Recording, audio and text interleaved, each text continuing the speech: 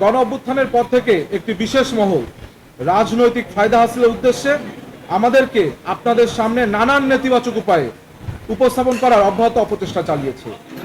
আমাদের স্বাভাবিক রাজনৈতিক প্রক্রিয়াতে এরকম নানান প্রতিবন্ধকতা তৈরি করে নির্বাচনী রাজনীতির মাঠকে অসম করে রাখা হলেও অভিভাবকতুল্য শিক্ষকদের বারংবার আশ্বাসে বিশ্বাস রেখে আমরা ডাকসু নির্বাচনের বিষয়ে সর্বোচ্চ আন্তরিকতা দেখিয়ে সার্বিক সহযোগিতা বজায় রেখেছি।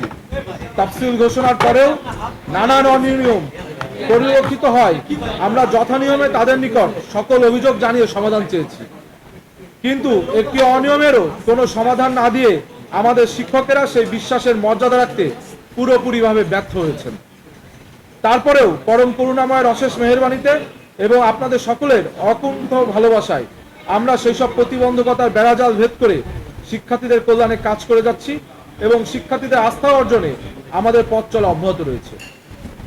তাই প্রচারণা চলাকালেই আমরা শিক্ষার্থীদের কাছে প্রতিজ্ঞা করেছিলাম, জয় পরাজয় যাই হোক না কেন আমরা তাদেরকে ছেড়ে যাব না। শিক্ষার্থীদেরকে দেওয়া সেই পবিত্র প্রতিজ্ঞা রক্ষার্থে আমরা আজ এখানে সমবেত হয়েছি। সদ্য অনুষ্ঠিত ডাকসু ও হল সংসদ নির্বাচনে সংঘটিত নানান অনিয়ম ও অসঙ্গতি অত্যন্ত দৃষ্টিকটুভাবে আমাদের সকলের চোখে ধরা পড়েছে, যার ফলে শিক্ষার্থীদের পবিত্র ভোটাধিকার প্রয়োগের উৎসবটি হয়েছে নেতিবাচকভাবে প্রশ্নবিদ্ধ।